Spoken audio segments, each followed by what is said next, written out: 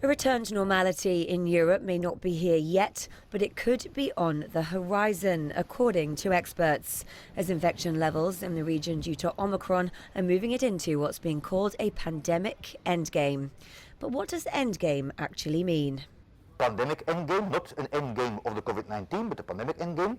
Once that the Omicron wave will subside, there will be for quite some weeks and months a global immunity, either thanks to the vaccine or because people have immunity due to the infection, and also lowering seasonalities. The prediction, a respite from case numbers and subsequent deaths, though with the risk of the winter resurgence seen in the past 2 years.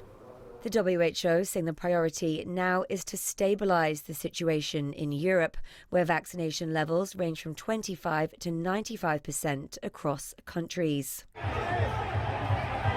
But as many of those countries have seen, not everyone agrees to being vaccinated or to control measures, something the WHO has also been addressing.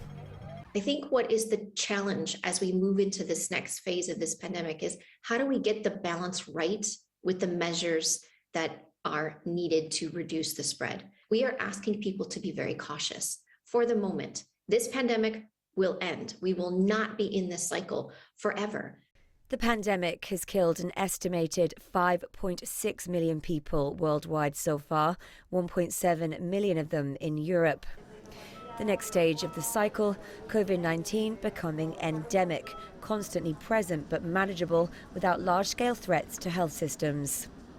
Time goes by and more people are exposed to the virus or get vaccinated against the virus, then the ability of the virus to cause that kind of problem on that kind of scale gradually goes down, so that we see further waves, but each wave tends to be less severe.